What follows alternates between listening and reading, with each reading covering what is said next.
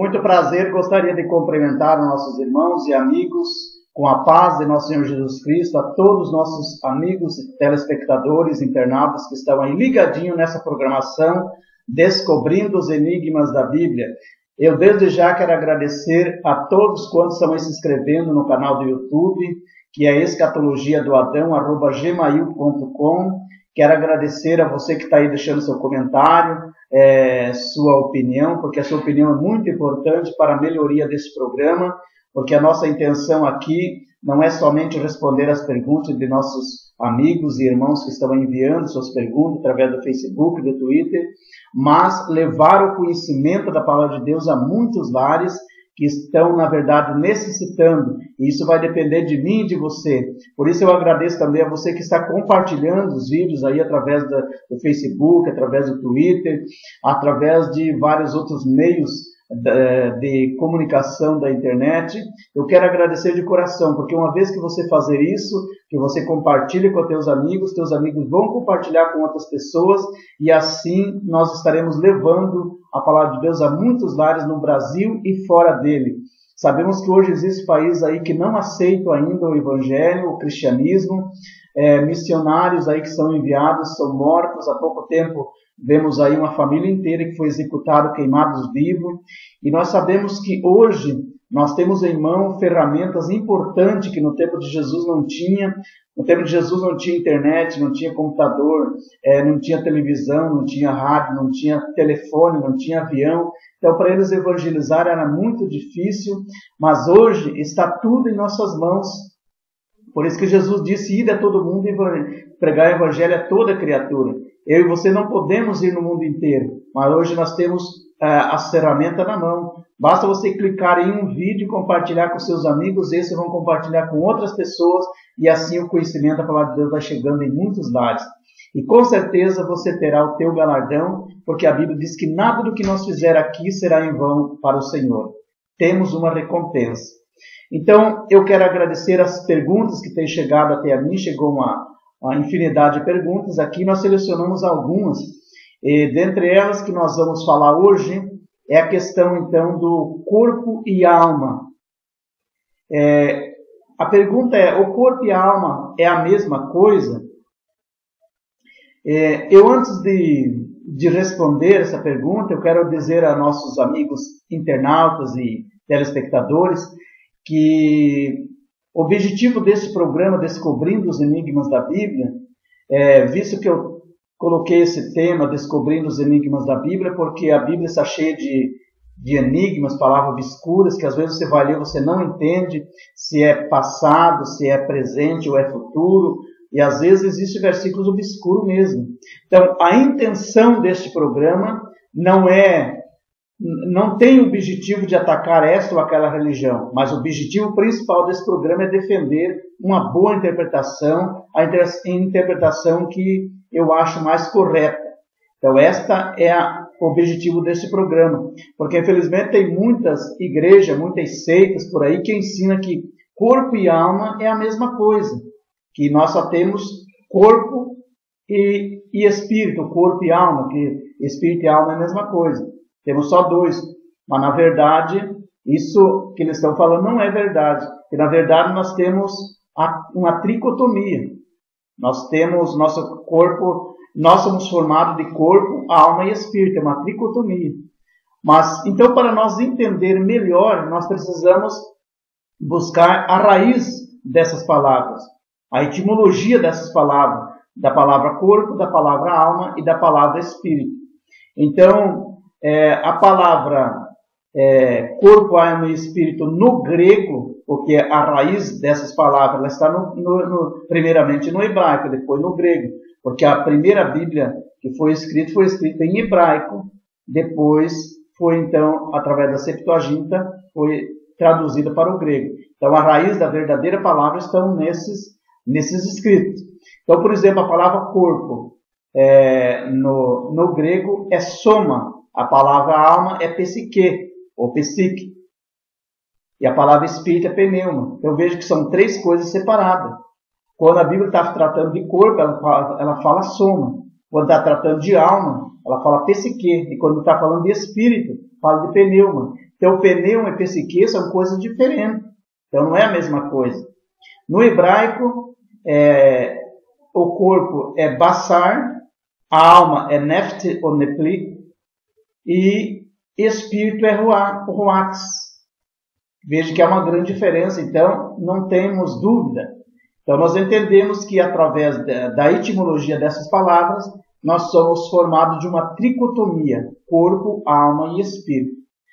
Mas para nós entender melhor, nós precisamos ter em mente também que quando nós vamos ler sobre corpo, ou melhor, sobre alma, que é o mais importante aqui nesse assunto, a alma ela tem vários significados na Bíblia.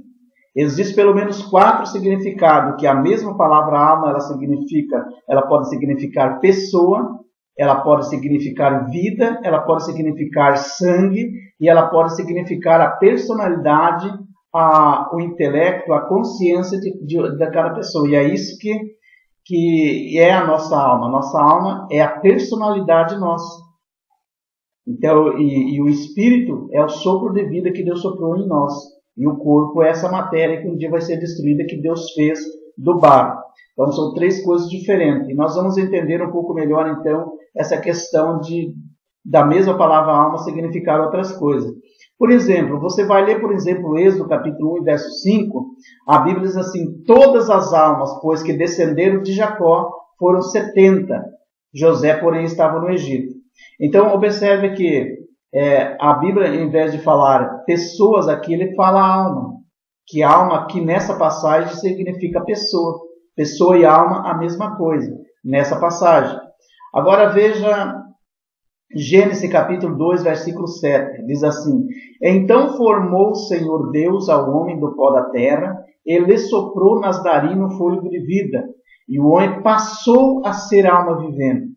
Então, o significado da palavra alma aqui nesse texto é vida. O Senhor soprou o espírito de vida na pessoa e o homem passou a ser alma vivente. Quer dizer que então, primeiramente, Deus fez o corpo da pessoa, do pó da terra. Aí Deus colocou o espírito de vida na pessoa. E quando ele soprou o espírito de vida, o homem passou a ser uma alma vivente. Ou seja, ele criou personalidade. Ele criou intelecto. Então, até então, ele podia até estar vivo, mas ele não tinha personalidade, porque a alma dele não estava ainda no corpo. Agora veja a terceira questão, a terceira palavra alma. Isaías capítulo 1, versículo 14, diz assim: as vossas festas da lua nova e as vossas solenidades, a minha alma as aborrece. A minha alma aborrece, é Deus falando. Já me são pesadas, estou cansado de sofrer. É uma metáfora que Deus está usando aqui, uma figura de linguagem para explicar a questão da palavra alma. A alma aqui nesse texto é consciência, personalidade. Então veja que Deus está dizendo que a alma dele está cansada de sofrer. Quer dizer, a personalidade dele está cansada de sofrer. Então, alma, até agora nós entendemos que significa pessoa, vida e personalidade. Agora, vamos ver Levítico, capítulo 17, verso 14, onde diz: portanto, a vida de toda a carne é o seu sangue, porque isso tenho dito aos filhos de Israel: não comereis o sangue de nenhuma carne, porque a vida de toda a carne é o seu sangue. Qualquer que comer será extirpado, ou será eliminado. Então, a palavra alma nesse texto é a sangue. Então, observamos que existem 4 palavras que significam coisas diferentes. Significa pessoa, vida, sangue e personalidade. Nós precisamos entender o texto e o contexto para nós não acabar, digamos, fazendo uma má interpretação, como muitos acabam pensando que nós temos só que o espírito e a alma é a mesma coisa. Então, o que nós então somos formados, como eu já falei, de uma tricotomia, corpo, alma e espírito. E para provar isso, nós temos um versículo muito chave, que está em 1 Tessalonicenses, capítulo 5, verso 23, onde a Bíblia diz assim: o meu Deus de paz vos santifique em tudo, e o vosso espírito, alma e corpo seja plenamente conservado e irrepreensível para a vinda do nosso Senhor Jesus Cristo. Então a Bíblia menciona aqui separadamente, corpo, alma e espírito. Aqui não precisa de interpretação. A própria Bíblia já está dizendo e separando os três, essa tricotomia. Veja que sentido teria esse texto se a alma e o espírito fossem a mesma coisa. Mas veja que está muito claro aqui que é uma tricotomia separadamente, corpo, alma e espírito. Então, nós somos formados, para nós entender, corpo, alma e espírito. Então, quando quando findar a existência do nosso ser, do ser humano aqui na Terra, o corpo que Deus fez do pó da terra, ele volta ao pó, a Bíblia diz em Eclesiastes 12:7, o corpo volta ao pó que foi feito e o espírito volta a Deus que o mandou. E a alma para onde vai? A alma vai para onde merecer. Ela pode ir para o inferno, como pode ir para o céu. E se ir para o inferno ou para o céu, de qualquer forma, vai esperar a ressurreição. Se morreu salva, essa alma vai esperar a ressurreição dos mortos para o arrebatamento. Porque a Bíblia diz em 1 Tessalonicenses 4:16-17 que os mortos que morrerem em Cristo vão ressuscitar primeiro, quando Jesus vier arrebatar a igreja. Jesus vai vir somente até os ares.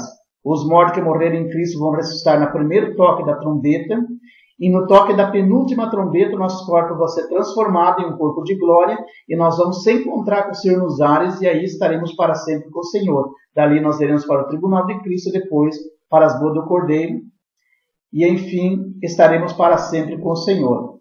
Então, o corpo volta ao pó, o espírito volta a Deus, porque Deus o soprou, esse espírito de vida pertence a Ele, e a alma, que a personalidade é algo invisível, mas é um ser vivo que representa todo o nosso ser, ele vai estar aguardando o dia da ressurreição. Então, apesar de a alma ser nossa personalidade, é bom entendermos que ela é independente do nosso corpo, porque a alma é invisível, então ela pode sair do nosso corpo, porque ela é independente. Então, é importante observar que a alma ela pode sair do corpo e ainda o corpo continuar vivo, estar respirando. Porque quem dá a vida ao corpo não é a alma. Quem dá a vida ao corpo é o espírito. A Bíblia diz que Deus soprou o espírito e o homem passou a ser alma vivente. Então, o que segura o corpo do homem vivo é o espírito e não a alma.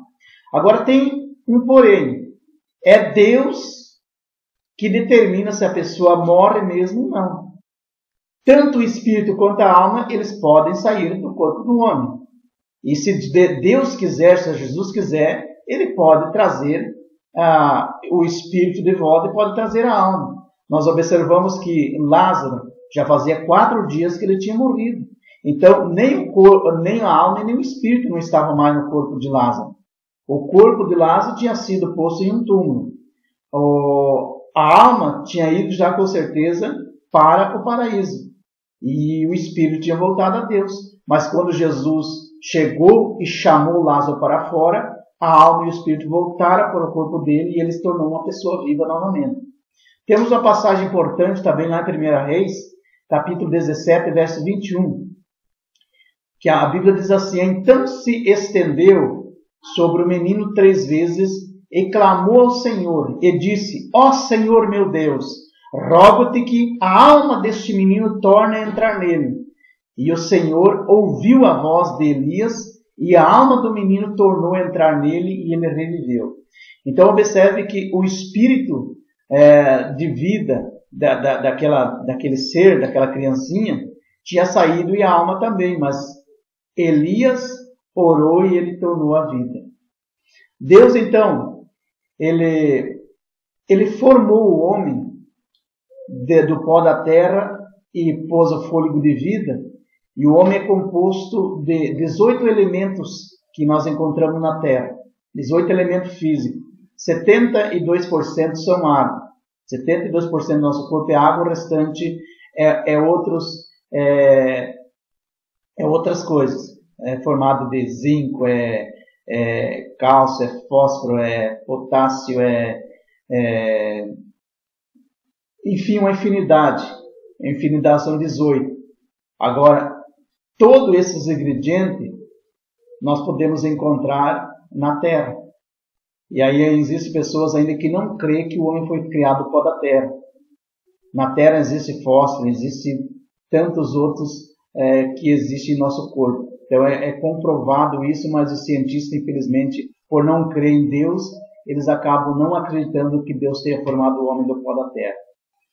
Então, depois que morrer, como eu já falei, o corpo e a alma e o espírito, então o corpo ele vai para a terra, o espírito volta a Deus e a alma vai para o paraíso esperar o dia da ressurreição. Então, quando Deus soprou o espírito de vida no homem, o homem passou a ser uma alma vivente. Isso nós temos que ter em mente. Então, de acordo com a Bíblia, o espírito do homem é o que Deus soprou nele. Eu estou falando isso devagar para você entender muito bem. O espírito que Deus soprou na vida do homem é proveniente de Deus e é dele, é de Deus. E quando então findar esta existência aqui na terra, esse espírito novamente volta para Deus, porque foi Deus quem deu. Vemos isso em Eclesiastes 12:7. Então, para que serve esse fôlego de vida, esse espírito de vida que Deus soprou no homem? Para que serve no homem? Primeiro, é para o próprio Deus se comunicar com o homem. Porque o homem traz a natureza pecaminosa, depois da queda o homem tem a natureza pecaminosa, e então é um canal pelo qual nós se comunicamos com Deus. Então o espírito do homem é o canal pelo qual o espírito de Deus se comunica com o homem. Veja em Romanos 8:16 que comprova isso, aonde diz assim, o mesmo espírito de Deus testifica com o nosso espírito que somos filhos de Deus. Então o espírito de Deus ele fala com o nosso espírito, ele nos revela que nós somos filhos de Deus. Então o meio de comunicação entre Deus e o homem é o espírito de Deus com o nosso espírito. É o espírito que Deus soprou em nós. Porque é parte de Deus já. Então, segundo lugar, é para dar vida ao homem. O Espírito serve para dar vida ao homem. É o Espírito que rege toda a nossa vida. Então, quando ele sair do nosso corpo, nós morremos. Porque é ele que segura esse corpo vivo. E é interessante que, como eu já falei, a alma ela pode sair do corpo e a pessoa permanecer ainda viva. Agora, se o Espírito sair, aí a pessoa morre. Porque a alma é o que rege a personalidade e as emoções. O Espírito é o que rege todo o nosso corpo e faz nós ser uma pessoa viva. Então, os sentimentos, a alma ela rege a emoção, os sentimentos, a vontade, os desejos. Ela é a própria consciência nossa, ela é sede de todas as nossas emoções e nossos sentimentos. Veja, por exemplo, a passagem de Isaías 26, e o verso 9 que diz assim: com minha alma te desejei de noite, e com meu espírito que está dentro de mim madrugarei e buscar-te-ei. Então veja que o profeta está dizendo assim: com a minha alma te desejei de noite, e com meu espírito que está dentro de mim madrugarei. Então o espírito é o que dá força, até para a gente acordar de manhã. É ele que desperta nós. E a alma não, a alma cuida da parte da personalidade, daquele do desejo, de você decidir as coisas. Veja o que diz Gênesis capítulo 42, verso 21. Diz assim: então disseram uns aos outros, na verdade somos culpados acerca de nosso irmão, pois vimos a angústia da sua alma, quando nós rogava, nós porém não ouvimos, por isso vem sobre nós essa angústia. É os filhos de Jacó que estava falando do próprio José, do qual eles tinham vendido, falando então da angústia da alma que estava sobre eles, e eles não entendiam. veja que então a alma, ele se angustia, a alma sente tristeza, porque a alma é o que rege a nossa personalidade, nossas emoções. Então está bem claro aqui que alma e espírito não são a mesma coisa, são duas coisas diferentes. O espírito que rege o nosso corpo físico, para nós andar, para nós locomover, até inclusive naquela passagem, até para se levantar de madrugada, necessitamos do espírito para tomar para impulsar o nosso corpo a levantar. Agora, a alma é o que toma as decisões, é as nossas emoções, o nosso intelecto, e faz nós sentir emoção e chorar. É importante observar, então, que Deus se comunica com nós através do nosso espírito, e o espírito passa as informações para a nossa alma. A alma, ela usa os 5 sentidos do corpo. Para quem não sabe, os 5 sentidos do corpo, que é a nossa visão, é a audição, é o paladar, é o tato, começando pela visão, para não se perder. Visão, audição, paladar, tato, que são, então, os 5 sentidos do nosso corpo que Deus se comunica. Lá em 1 Tessalonicenses, capítulo 5, verso 23, diz assim: o mesmo Deus de paz vos santifica em tudo, e todo o vosso corpo, alma e espírito seja plenamente conservado e repreensível para a vida do Senhor. É o que eu já falei antes. Nós somos formados uma tricotomia. Então a alma, ela é como uma janela, que ela se comunica com o mundo exterior. O espírito, ele se comunica com Deus, com o mundo invisível. A alma, ela se comunica com o mundo visível e o espírito com o mundo invisível. Então a alma, quando a alma vê alguma coisa, ela cobiça, porque a alma que rege os pensamentos e a vontade. Então, por um exemplo, se digamos a gente vê, um homem vê uma mulher bonita, ele olha com os olhos e deseja. Por isso que Jesus disse que se o homem somente olhar para uma mulher com intenção no coração, ou seja, com a sua personalidade, com a sua alma, ele já está pecando com ela. Então, porque a alma é o que vê, a alma é o que enxerga, é a alma que comanda as partes da emoção da pessoa. E o espírito é o que se comunica com Deus, com o mundo invisível. Então, vamos entender isso. Então, devemos entender que o corpo carrega, agora falando um pouco do corpo, o corpo carrega a natureza do pecado. Mas quando a pessoa aceita Jesus, o seu espírito recebe a luz e gera nele uma nova vida. Veja o que diz Romanos 8:10, diz assim: e se Cristo está em vós, o corpo, na verdade, está morto por causa do pecado, mas o espírito vive por causa da justiça. Então veja que o corpo, antes da pessoa aceitar Jesus, ele está morto no pecado, o espírito está adormecido. E aí, Deus, ele sente, na verdade, uma barreira, ele não pode se comunicar com o homem. Isso é muito importante, porque lá em Isaías 59:2, a Bíblia diz: e eis que os vossos pecados e as vossas iniquidades faz divisão entre vós e Deus, e encobre o rosto de Deus para que Deus o não veja, ou melhor, para que Deus não ouça as vossas orações. Então veja que até a própria oração da pessoa se torna abominável perante Deus.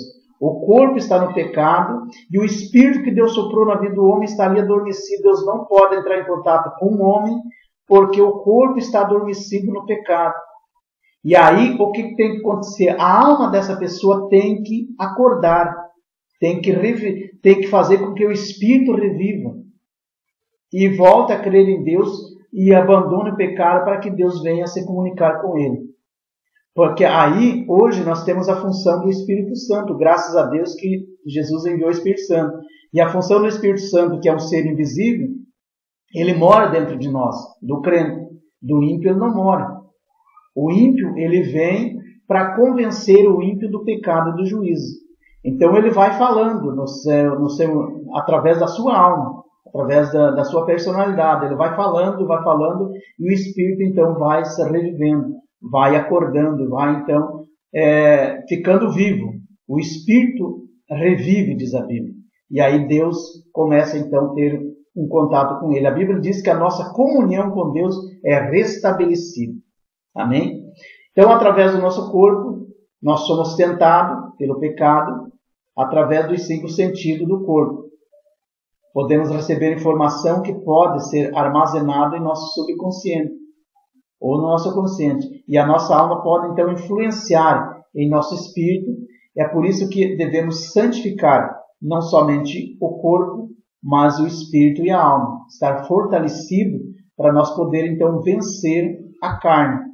A Bíblia diz lá em Gálatas 6:17: Desde agora ninguém me inquiete, porque eu trago no meu corpo as marcas do Senhor. Então, o espírito do homem é o que combate o pecado gerado pelo nosso corpo, porque daí ele está em contato com Deus, quando ele está vivo. Em 1 Coríntios 2:11 diz assim: Porque qual dos homens sabe as coisas do homem, senão o próprio espírito do homem, que nele habita? Assim também ninguém sabe as coisas de Deus, senão o Espírito de Deus. Então, o Espírito de Deus sabe as coisas de Deus, e o Espírito do homem sabe a coisa do corpo do homem. E aí Deus se comunica com o homem através desse Espírito que ele enviou. Em Gálatas 5:17, Gálatas, capítulo 5, verso 17, a Bíblia diz assim, ó: Porque a carne cobiça contra o Espírito, e o Espírito contra a carne, e estes se opõem um contra o outro, não deixando um fazer o que queres. Ou seja, o Espírito não deixa a carne fazer o que ela quer, e a carne não deixa o Espírito fazer o que ele quer. A carne puxa para o pecado, o Espírito puxa para as coisas de Deus. E aí, a alma tem que estar fortalecida para ajudar, porque a alma rege a nossa personalidade, a nossa vontade, as nossas emoções. Quando eu olho para uma pessoa, ou para qualquer coisa que me dá desejo, que me dá cobiça, eu tenho que purificar a minha alma e dizer: olha, eu não posso fazer isso. E uma vez que eu purificar a minha alma e dizer que eu não posso fazer isso, eu estarei fortalecendo o meu espírito, e meu espírito vai ter força para combater. E aí ele estará em contato com Deus, e Deus em contato com o nosso espírito. Agora, a alma, ela pode ser destruída? É uma pergunta que muitos também poderiam ter feito, mas não chegou essa pergunta para nós, e eu quero já aproveitar e colocar aqui nesse assunto. Que algumas pessoas perguntam, até mesmo na igreja, se a alma pode ser destruída. Lá em Mateus capítulo 10, verso 28, a Bíblia diz assim, ó: E não temais o que mata o corpo e não pode matar a alma. Temeis antes aquele que pode fazer perecer no inferno a alma e o corpo. Então veja que Deus pode sim destruir a alma e o corpo. Ele está dizendo para nós temer a Ele, que pode, assim como Ele fez o corpo do pó da terra, ele pode destruir, e a alma ele pode destruir também, porque a alma é o que rege nossa personalidade, nossas emoções. Agora veja o que diz lá em Marcos 9:47, diz assim: E se teu olho te escandalizar, lança-o fora, porque melhor seria para ti entrar no reino de Deus com um olho só, do que tendo os 2 olhos e ser lançado no fogo do inferno, ou seja, no lago de fogo, na geena. Versículo 48. De onde o bicho não morre e o fogo nunca se apaga. Bom, essa passagem é muito importante, porque quando Jesus falou essas palavras, ele estava, na verdade, falando de algo real, baseado em fatos reais que existia antes. Porque segundo a história, desde lá do tempo de Salomão ele foi um homem que foi muito abençoado por Deus, de fato, mas naquele tempo, como não era proibido o homem ter lá quantas mulheres quisesse, Salomão ele tinha 300 mulheres legítimas dele, 300, que não era uma nem duas, 300. Não sabemos se ele tinha contato físico com todas essas mulheres, não sabemos, mas a Bíblia diz que era mulher legítima. Ele tinha 700 concubinas. Então era um total de 1000 mulheres. Então eram mulheres de todas as raças, de várias culturas, de várias religiões pagãs da época. E imagina, 1000 mulheres, tinha pessoas ali de todo tipo. E segundo a história, existia um lugar que que algumas dessas mulheres ali se reuniam para ali sacrificar os seus próprios filhos a um deus chamado Deus Moloque. Sacrificavam seus filhos vivos em fogueiras ali para homenagear ou para cultuar o deus Moloque. E o que acontece então? Segundo a história, mais tarde o rei Uzias, ele destruiu este altar, já criado naquele tempo de Salomão, e no lugar desse altar ele construiu um lixão para guardar o lixo da cidade. E todos sabem que em um grande lixão, o fogo ali ele queima dia e noite. E Jesus então ele usa essa mesma comparação para comparar que assim como aquele fogo daquele lixão que queimava dia e noite e os bichos não morriam, porque era jogado lixo todos os dias, assim também seria a Geena, o lago de fogo, aonde as pessoas que vão ser lançadas ali depois do juízo final também não serão destruídas, vão ser atormentadas dia e noite. Então, eu falei aqui se a alma podia ser destruída. A alma pode ser destruída sim. Mas no lago de fogo a Bíblia nos garante que ela não vai ser destruída, que ela vai ser atormentada dia e noite. Esse assunto é um assunto muito polêmico. Existe não só uma religião, pessoas de várias religiões que argumentam isso, que defendem essa tese. Eles acreditam que a alma da pessoa vai ser destruída assim no lago de fogo, que as pessoas não irão sofrer permanente. Agora, imagine só, esse sofrimento não seria um sofrimento tão cruel, tão ruim, se a pessoa fosse destruída por completo. Jogava no lago de fogo é como se jogar um ferro, uma tonelada de ferro dentro de um forno grande, como existe, por exemplo, a Tupi em Joinville, aqui em Joinville, Santa Catarina, onde se joga ali tonelada de ferro e cai lá embaixo, dentro de segundos derrete, porque o grau ali passa de 1.200 graus de temperatura. Alguns falam até em 4.000 graus.